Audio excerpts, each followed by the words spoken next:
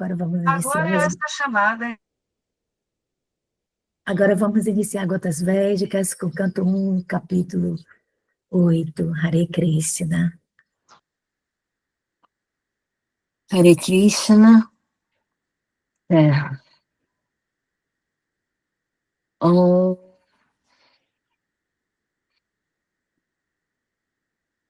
Namo. Om Namo. Namo Bhagavate Vasudevaya. Om Namo Bhagavate Vasudevaya. Om Namo Bhagavate Vasudevaya. Hoje nós vamos entoar o verso. Só um momento, gente. Canto 1, capítulo 8, Orações da Rainha Kunti, a salvação de Parakshita. Verso 7. O Senhor Sri Krishna preparou-se então para sua partida. Ele chamou os filhos de Padu após ter sido adorado pelos Brahmanas, encabeçados por Sira Vrasudeva. O Senhor também retribuiu as saudações. Verso 8. Logo que ele se sentou na quadriga para partir rumo a Dvaraka, viu Uttara participar, temorosa em sua direção. Muito bem. Pode repetir. Obrigado, Mari. Namastê. Namastê. Hare Krishna. Om Agyana Timiranda Sya Gyananjana Shalakaya Chakshurun Militanyana Tasmai Shri Gurave Namaha. Hare Krishna, Krishna Krishna, Hare Hare, Hare Rama, Rama Rama, Hare Hare. Muito bem, muito bom dia a todas as pessoas aqui presentes na sala. Parabéns, Mari, tá? Pela sua participação aí como voluntária. Eu vou dar só alguns pequenos ajustes, né, nas correções aí do sânscrito, que eu sei que isso é compreensível, tá bom? Vocês estão aprendendo. Para contextualizar aí, não é esse verso. Obrigado também às sacerdotisas, né, dos diferentes horários da sala dos mantras aí, que nos nutrem, né, nos cuidam, nos maternam, nos guardam, enfim, nos acolhem aí nos seus corações e mentes auspiciosas, que são impregnadas dos vapores, né, de Ananda, produzido pelo Mahamantra. Hare Krishna, Krishna Krishna, Hare Hare, Hare Rama, Rama Rama, Hare Hare. Muito bem, olha só. É o canto 1, capítulo 8, as orações da Rainha Kunti e a salvação de Parikshit, né? O Senhor Sri Krishna preparou-se, então, para a sua partida. Ele chamou os filhos de Pandu, após ter sido adorado pelos Brahmanas, encabeçados por Srila Vyasadeva. O Senhor também retribuiu as saudações. Logo que ele se sentou na quadriga para partir rumo a Dwaraka, viu Uttara precipitar-se temerosa em sua direção. Bom, aí tá, alguns itens dessa descrição, né? Os filhos de Pandu são Arjuna, Yudhishthira, Bhima, Nakula e Sahadeva. São irmãos, são 5 irmãos, filhos da rainha Kunti. Então, ele recebeu, né, adoração, ele foi adorado pelos Brahmanas. Os Kshatriyas, ou os reis, eles costumavam receber honras, né? E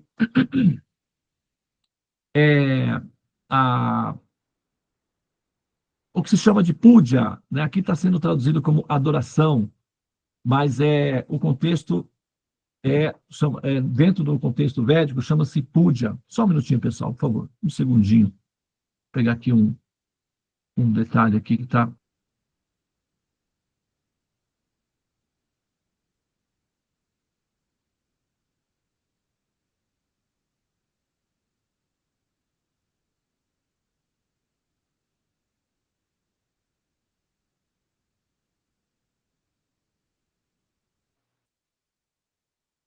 Então, Krishna, voltando aqui, né, Krishna, ele estava partindo, ele estava saindo da cidade, indo em direção a Dwaraka. Dwaraka era um palácio ele construiu um palácio chamado Palácio Flutuante. Na verdade, era o que os árabes fizeram atualmente em Dubai.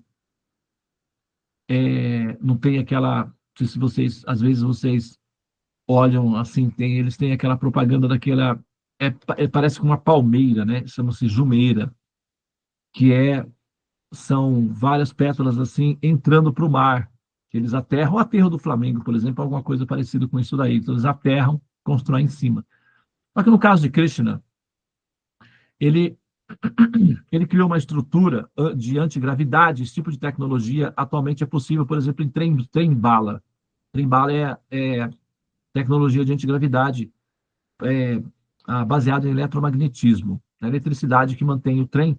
O trem pesa toneladas, mas ele não toca no trilho, ele fica né, a uma certa distância do trilho, ele percorre sobre esses trilhos por conta, né, da eletricidade que os empurra para frente.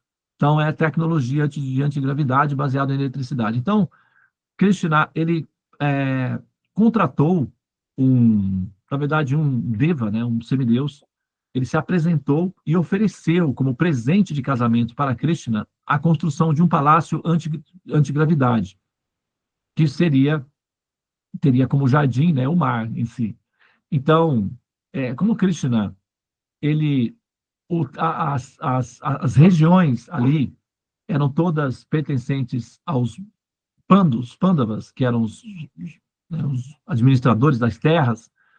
Então, Krishna teria que se deslocar para regiões muito distantes para poder construir a sua própria casa, enfim, seu lar, né, etc. Só que isso seria muito triste, as pessoas ficariam sem ele, estava todo mundo muito triste com essa iminência do distanciamento de Krishna, e eles então, um semideus teve a ideia de construir ali mesmo um palácio para Krishna, mas que não fosse em território neutro, para que ele não, né, não tivesse que tomar terras de ninguém, ou porque onde Krishna fosse, todo mundo ia querer, né, estar com ele. Então, criaria tumulto, caos. Então, tiveram essa ideia, os semideuses tiveram essa ideia de construir para Krishna um palácio flutuante no mar, na praia, onde as pessoas poderiam ver, ter a associação dele, mas, ao mesmo tempo, ele tivesse a privacidade dele. Então, um palácio flutuante com base em antigravidade. Hoje em dia, nós já temos tecnologia para isso. É possível que no futuro as casas possam ser construídas sem necessariamente ter contato com a Terra, para evitar terremotos, por exemplo, né, com base em antigravidade. Então, esses tipos de tecnologias são possíveis. No passado, isso era entendido como poderes místicos. Hoje, né, é entendido como tecnologia. Por exemplo, voar era um poder místico. Hoje, tecnologia. Avião faz isso. Se expandir em vários. Isso era místico no passado. Hoje, por exemplo, eu estou pelo menos aqui, nós temos aqui 12 pessoas assistindo a aula. Então, eu estou pelo menos em 12 lugares simultaneamente. Já não é mais uma questão mística. Tecnologia já resolveu. Então, aquilo que num momento é místico, no outro é uma questão de tecnologia, tá? E isso não impede o misticismo, né? Continua sendo místico, continua sendo mágico, continua sendo incrível, mas é replicável, então é uma ciência, tá? Então, aquilo que no momento é místico, no outro se transforma em ciência. E ciência é uma outra forma de dizer que nós conseguimos replicar funções que aparentemente eram mágicas. Por exemplo, voar no céu, entrar no interior da Terra, estar em vários lugares ao mesmo tempo, enfim, né, ter poderes meio mágicos através da tecnologia. E, bom, Krishna então partiu para essa cidade, eles chamaram isso de Dwaraka. Inclusive, essa cidade, vestígios dessa cidade, depois que Krishna deixou a lila da Terra, a cidade perdeu, né, a sua função, e ela então, o equilíbrio antigravitacional dela foi rompido e ela então foi submersa, ela foi parar no fundo do mar. Os habitantes se retiraram da cidade, né, foram para outros lugares e a cidade então gradualmente foi submersa. O Platão, né, eles se alimentavam muito das histórias védicas, os Tales de Mileto, ali pegava muitos livros, havia muita confluência, né, com a Universidade de Takshashila, no norte da Índia, que atualmente é o Paquistão, então os gregos iam ali, e eles ouviam sobre a cidade de Duarca, né, que é a cidade muito evoluída, com pessoas do futuro, mas que emergiu no mar. Ele chamou isso de Atlântida, não é? O mito do Atlântida é a descrição exata da cidade de Duarca de Krishna, que ela então foi imergida no mar depois que Krishna saiu das Lilas. Atualmente, recentemente, os arqueólogos descobriram vestígios dessa cidade de Duarca. Eles estão assim fazendo estudos dos vestígios que eles encontraram nessa cidade, tá? Essa cidade, ela atualmente foi descoberta pelos arqueólogos e existem escavações. Escavações no fundo do mar é complicado, né? Mas eles estão tentando recuperar peças, enfim. Mas é a cidade de Duarca. O Senhor também atribuiu, né, as saudações. Ele retribuiu as saudações. Então ele recebeu os pujas, né, assim, o Arati, e agradeceu, né, com carinho, com, né, gratidão, com amor, com gentileza, porque Krishna é sempre. Vocês vão observar, o comportamento de Krishna é sempre gentil, educado, dócil, resiliente, bem-humorado, amoroso, né, contrito, incisivo. Então, as qualidades de Krishna são atrativas, são agradáveis, agradam uma pessoa nobre. Uma pessoa nobre, com uma mente nobre, quando observa o comportamento de Krishna, as falas de Krishna, a maneira como Krishna age, como ele se relaciona com as pessoas, é agradável ao coração. Ele é uma pessoa gentil, uma pessoa agradável, portanto, uma pessoa querida, bem-vinda, tá? E o verso 8, logo que, né, ele se sentou na sua quadriga para partir rumo a Duarca, que é a cidade que foi construída para ele residir. Essa cidade é uma cidade caleidoscópica, uma cidade mágica, que dentro dela, é, é, do lado de fora, quem via do lado de fora via apenas um palácio com um jardim. Quem entrava na cidade via 16.108 palácios. Cada palácio era uma Duarca, então era uma cidade assim caleidoscópica, tá? E aí são assim, nós falamos sobre isso daí. Tem uma série no nosso canal que a gente não divulga muito o nosso canal ainda, porque a gente está montando ele, mas tem uma série chamada Das Moradas Celestiais, em que nós fazemos uma explicação detalhada de como é a função, como é que Krishna, ele, embora tenha apenas uma esposa, ele só se casa com uma de cada vez, então cada esposa tem um Krishna, que é um esposo dela, então Krishna tem apenas uma esposa.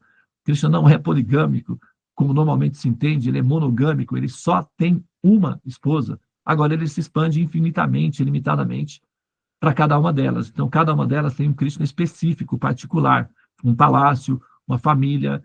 Com cada uma das suas rainhas, Krishna teve 10 filhinhos. Imagina aqueles menininhos, menininhas, todas com as carinhas parecidas com ele e com a rainha, num palácio cheio de diversões, atrações, condições, né, apropriadas.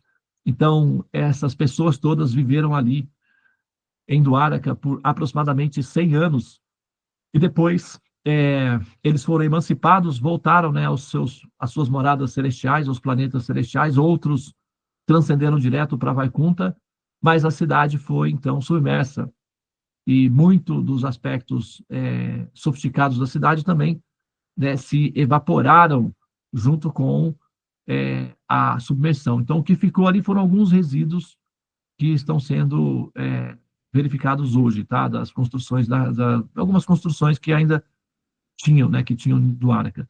Então, nesse momento, uma pessoa chamada Uttara, que era, na verdade, ela era a esposa do filho de Arjuna, um menino chamado Abhimanyu, um jovem chamado Abhimanyu. Esse jovem, ele era um kshatriya, um lutador, e ele morreu na batalha, durante a batalha como um herói. Ele foi emboscado por vários soldados valentes e ele sucumbiu, né, por conta das flechas que o atingiram durante a batalha. E então a esposa ficou, né, viúva. O Tara perdeu o marido na batalha e ela estava grávida nesse momento. E ela estava grávida, E lembra daquele do Ashwatthama, que matou os 5 filhos e foi liberada pela Draupadi? Então, essa criatura lançou uma arma mística chamada Brahmastra para assim, a destruir as gerações dos Pandavas. E essa Brahmastra estava indo na direção de Uttara, que estava grávida. Então, ele, mais uma vez, um infanticida, né, um assassino de crianças, voltou a agir, porque ele foi liberado. Né? E, nesse momento, a Uttara aproxima-se de Krishna em estado de desamparo e informa a ele que uma Brahmastra, ou uma arma de mantras, está vindo na direção dela e vai atingir o embrião no ventre, que ela estava grávida. Então, nesse momento, Krishna perdeu a paciência e falou, não, agora chega. E aí eliminou o Ashwatthama. Primeiro, ele neutralizou a arma, junto com Arjuna, fizeram os mantras, neutralizaram a arma, e depois o Ashwatthama foi eliminado, definitivamente. Então, a história vai ser desenrolada a partir de agora, tá bom? Muito bem. Então, é isso, tá? Eu vou pausar aqui. Mais uma vez, muito obrigado pela atenção de todos vocês. Namastê. Hare Krishna, Krishna Krishna, Hare Hare. Hare Rama, Rama Rama, Hare Hare. Ó energia suprema, amor divino, alma mantra, liberador do ser, desperta-me, eleva-me, envolve-me, protege-me. Hare Om Shanti, Namastê, Om Tat Sat, Hare Krishna.